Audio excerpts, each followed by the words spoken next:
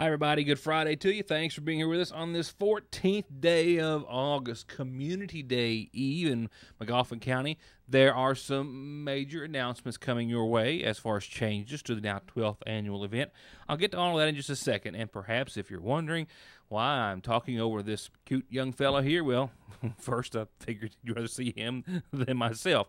But secondly, I'm going to have to roll back and show you something that's kind of gotten pushed off. I had saved the 4th of July parade footage for the week that I was on vacation when Dalton Howard was sitting in for me. And, of course, that's when all the flooding came in Johnson County, and the entire schedule for the week got completely set aside for obvious reasons.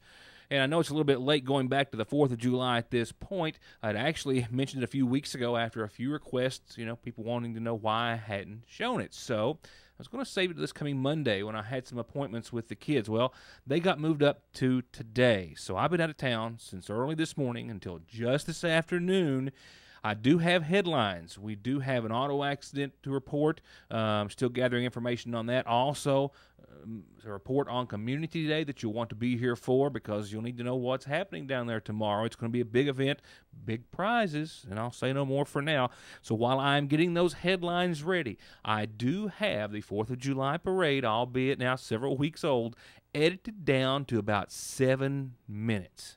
All right, so short and sweet. Gives me time to work on headlines behind the scene. We've still got calendar announcements, birthdays, and a forecast that still is holding out, even though it's gotten not quite as nice. It still is a nice forecast for your weekend. So with all of that said, I'm going to hit the play button on the 4th of July parade. We're going to go back a few weeks. That's going to give me time to edit a few things. I'll be back with headlines and other news before we leave you for the weekend in just a few moments. Right now, the 4th of July parade in about 7 minutes or less.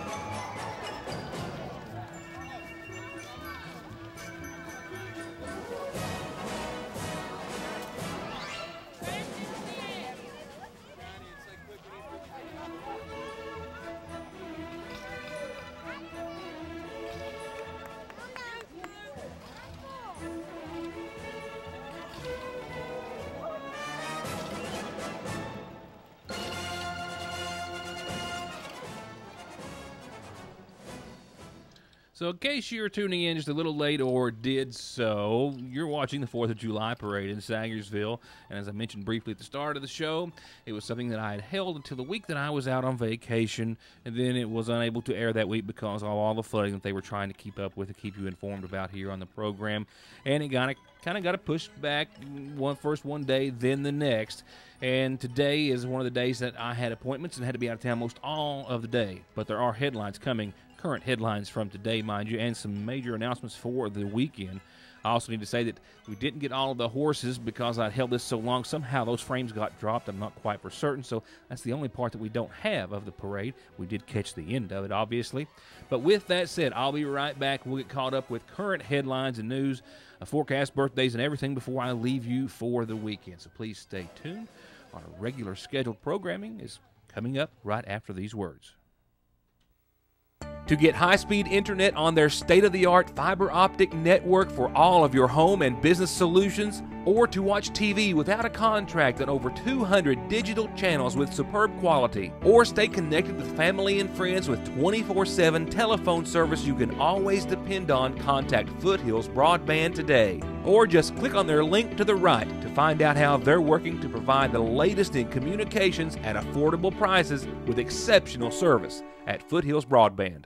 And with the money machine in place and with a whole lot of work going on in the Ramey Park, the 15th is tomorrow, and they're ready for Community Day. But I'm going to make you a little more ready, and so is Donna Salyer, president of Sayersville National Bank, as she tells us about some new games, some new prizes, and a whole lot of reasons to be sure that you're a part of Community Day. It starts tomorrow, 10 o'clock in the morning in the Ramey Park. A full day of fun and entertainment and free parking, and she'll tell us more about all of it. Well, Ritt, this is our 12th year. In the last 11 years, we've given out over $800,000 to our nonprofits, and this year we're hoping to add at least 100 to that. And, of course, a major player in raising all of that money is having all of you bring all of your friends and family down and catching all of that great musical entertainment for just $10. And, of course, having some fun, maybe even winning some stellar prizes while you're there, like the Money Machine, which is as big as it ever has been. This year, the Money Machine is worth over $7,500 in cash and prizes. You can buy as many tickets as you like and get in there and win that stuff. And speaking of being able to buy as many tickets as you want, the one ticket that it takes to get you in for just $10 to see all the entertainment, well, that also puts you in automatically for one chance to win the grand prize. And if you want some more chances, you can buy some more tickets. The big grand prize this year is $2,000 in cash. You can buy as many tickets as you like, and the more tickets you got in there, the better chance you have of winning it. And since this is the 12th annual McGoffin County Community Day, you know how this works. All these nonprofit organizations will be taking chances on all sorts of fabulous prizes and cash and having some great food and treats to eat all day long. But one thing you might not know is a new game added this year, kids. And I'm saying those young and young at heart. Laser tag is what this course is being built for. Tell me what the big black things are set up over there for. Well, that's our laser tag. We have a new game this year for teenagers. It's called laser tag, and Mickey is going to give them a thrill of their life with the laser tag. And it all starts in the morning at 10, a full-blown 12 hours of food, fun, entertainment, and excitement. Bring a few bucks, donate, help get them closer, can you believe, to that $1 million mark, which they are getting very close to. All that money going out directly to so many nonprofit organizations who will be there tomorrow, and they'll have something for the entire family. Bring a lawn chair, bring a blanket, bring yourself, bring the friends, bring the family, bring the neighbors, whoever you see along the way to Community Day 2015, the 12th annual event. JR and his fried peaches are going to be there. I guarantee District 3 is going to have their fried fish and a whole lot of other things and some new things. And some new people are expected to roll in for this Community Day. We hope to see you then. To get high-speed internet on their state-of-the-art fiber optic network for all of your home and business solutions, or to watch TV without a contract on over 200 digital channels with superb quality, or stay connected with family and friends with 24/7 telephone service you can always depend on, contact Foothills Broadband today. Or just click on their link to the right to find out how they're working to provide the latest in communications at affordable prices with exceptional service at Foothills Broadband. This is some video of the scene of an auto accident earlier today on Burning Fork in Magoffin County. The video brought into the newsroom shows where a vehicle went off of the roadway and into the creek, landing on its side. According to rescue and law enforcement personnel who were on the scene and worked the accident, the driver of the vehicle was said to be out and okay, even though he did suffer injuries. They were not life-threatening, but he was ultimately taken by ambulance to an area hospital. He told authorities that he was working for a local auto parts store, and upon traveling Burning Fork, going back to his place of business, I do believe he heard a pop. Unsure if it was a tire or something mechanical. He says he immediately lost control of the vehicle, and then it careened over the embankment and landed in the creek, as you see here. Fortunately, the water was not at a level which could have been, well, even though it had the potential to be a dangerous situation, it did not prove to be at this time.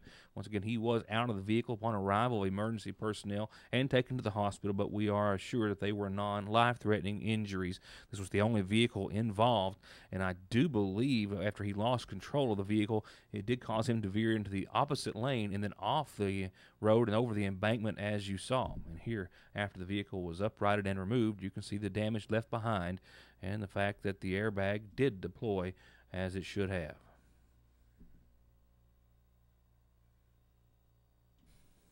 Now it's time to turn on over to tonight's Magoffin Farm Bureau community calendar, and I've got a few birthdays to pass along. We certainly love to do birthdays. You know that, right? This one says, please wish my daughter, Lexi Perkins, a very happy 5th birthday. Now, she's still 4 today, but this Sunday, she will be 5. And with a whole lot of love from Mom and Dad, Dominic and Dakota, happy early birthday to Lexi Perkins. And birthday wishes tonight going out to Linda Whitaker, who is not celebrating her birthday today, but I am told will be tomorrow. With a whole lot of love from your family and a whole lot of friends too, Linda. Happy birthday, happy early birthday to you too. Well, it's already on here, so I'll go ahead. I don't think I need to remind anyone who's going to be participating because they're probably already getting their stuff loaded and ready to go. But just in case, the 3rd annual bass tournament, sponsored by the Elk Creek Free Will Baptist Church, is tomorrow evening at the Alfrey Boat Ramp on Cave Run. It starts at 6 p.m., and you can register tomorrow evening. Keep that in mind. So if you've just been on the fence, you can register tomorrow and maybe bring home a first-place prize of $1,000 and some other big cash prizes as well. If you have any questions, call 548-0118. The Royalton Trailtown Committee is having a meeting at the Royalton Fire Department, the District 3 Fire Department, Monday evening. So one last reminder, it will be at 6 o'clock. All Royalton residents are encouraged to attend the meeting. The public is invited as well. They hope to have some interest in serving on committees. So be sure and show up, give them your support and input. They'd love to have it. If you have any questions, 859-608-1557.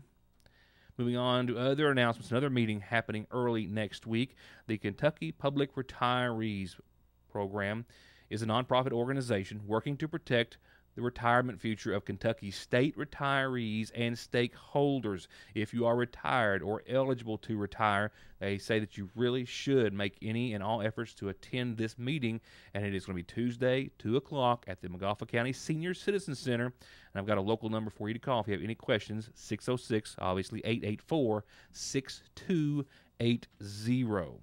Revival starts next week. It's actually starting Wednesday of next week, so I'll remind you on next week, Monday and Tuesday nights. But it's going to be at the Tip Top United Baptist Church. They'll have revival starting 7 p.m. nightly on Wednesday, and then Sunday morning services at 11. I'll tell you more about it then.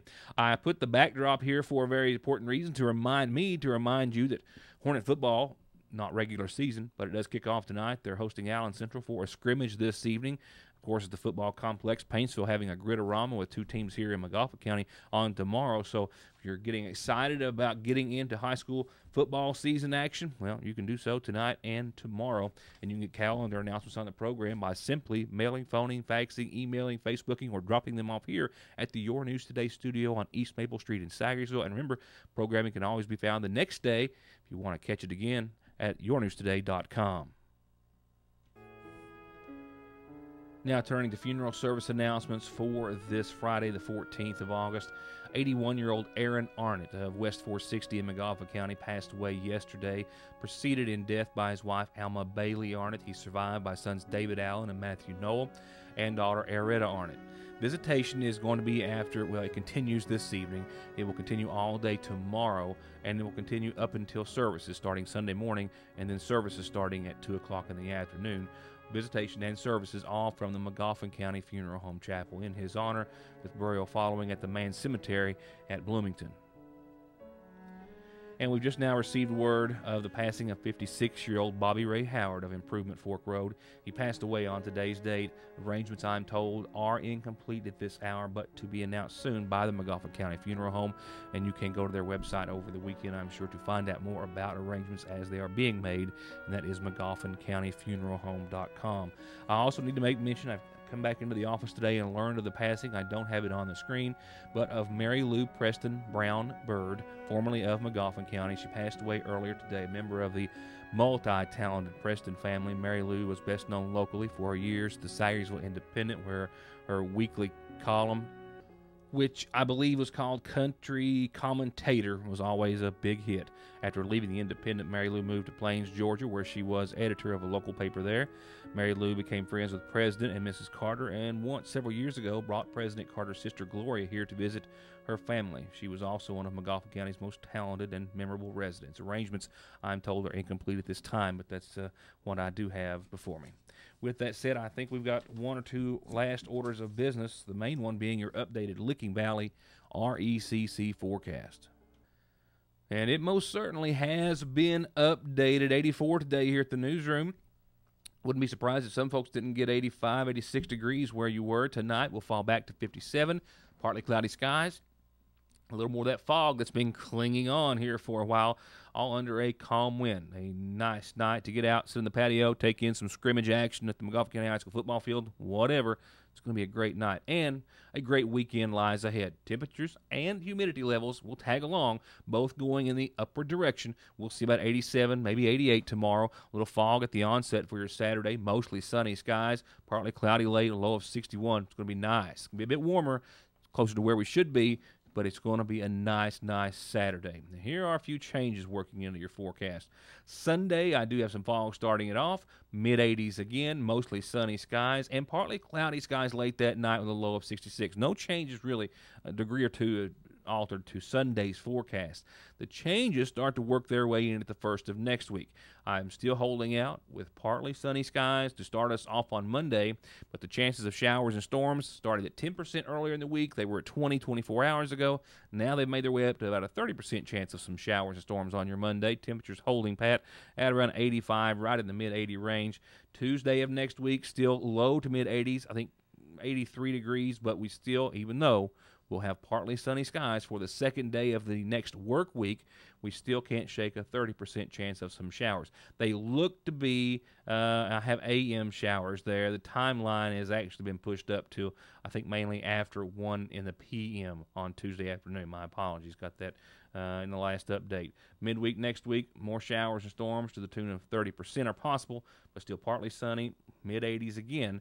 And I see 84 to 86 degrees in that range each and every day through Friday of next week, beginning on Monday. All in all, not too shabby of a forecast. The weekend, I don't know what else you could really ask for. That is indeed my time. Not necessarily a normal format, but I don't know that anything's ever normal here in this studio. I hope you have a wonderful weekend. Hope to see you all at Community Day tomorrow, supporting and turning out for our nonprofits. You'll have a lot of fun. You'll get some great food, and you could win a couple of grand or some other awesome prizes. So be sure and stop in for a little while or a lot of a while. Yeah, I know I use some words and phrases that aren't necessarily accurate all the time. But nevertheless, thank you for being a part of the program. We'll see you back here Monday for more of Your News Today.